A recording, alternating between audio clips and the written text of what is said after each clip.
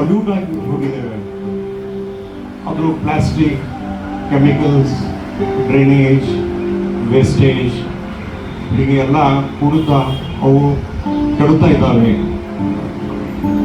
ಅದಕ್ಕಾಗಿ ಬನ್ನಿ ನಾವೆಲ್ಲರೂ ಇವತ್ತು ದೇವರಲ್ಲಿ ಪ್ರಾರ್ಥನೆ ಮಾಡೋಣ, ನಮ್ಮ ಹೃದಯದಿಂದ ಧ್ಯಾನ ಮಾಡೋಣ, ಈ ನದಿಗಳನ್ನು ಕಾಪಾಡಪ್ಪ ಅಂತ ಹೇಳಿ. ಮತ್ತು ಇಲ್ಲಿ ಬಂದಿದ್ದಾರೆ ಹಿರೇಮಠ ಅವರು ಎಲ್ಲ ಗೋಕಾಕಕ್ಕೆ ನೀರು ಸಪ್ಲೈ ಮಾಡ್ತಾರೆ. ಬಸವರಾಜ ಮಠಪತಿ ಅವರಿಂದ ನಾನು ಕೇಳ್ಕೊಳ್ತೇನೆ, ದಯವಿಟ್ಟು ನಮ್ಮ ನದಿಗಳನ್ನು ಕಾಪಾಡಿ ಸರ್. ನಿಮ್ಮ ಕಮಿಷನರ್, ಪ್ರೆಸಿಡೆಂಟ್, ಸಚಿವರನ್ನು ಹೇಳಿ, ಮಿನಿಸ್ಟರ್ ಅವರಿಗೆ ಹೇಳಿ ನಮ್ಮ ನದಿಗಳನ್ನು ಕಾಪಾಡಿ. ಈ ನಾವು ದೇವರಲ್ಲಿ ಪ್ರಾರ್ಥನೆ ಮಾಡೋಣ.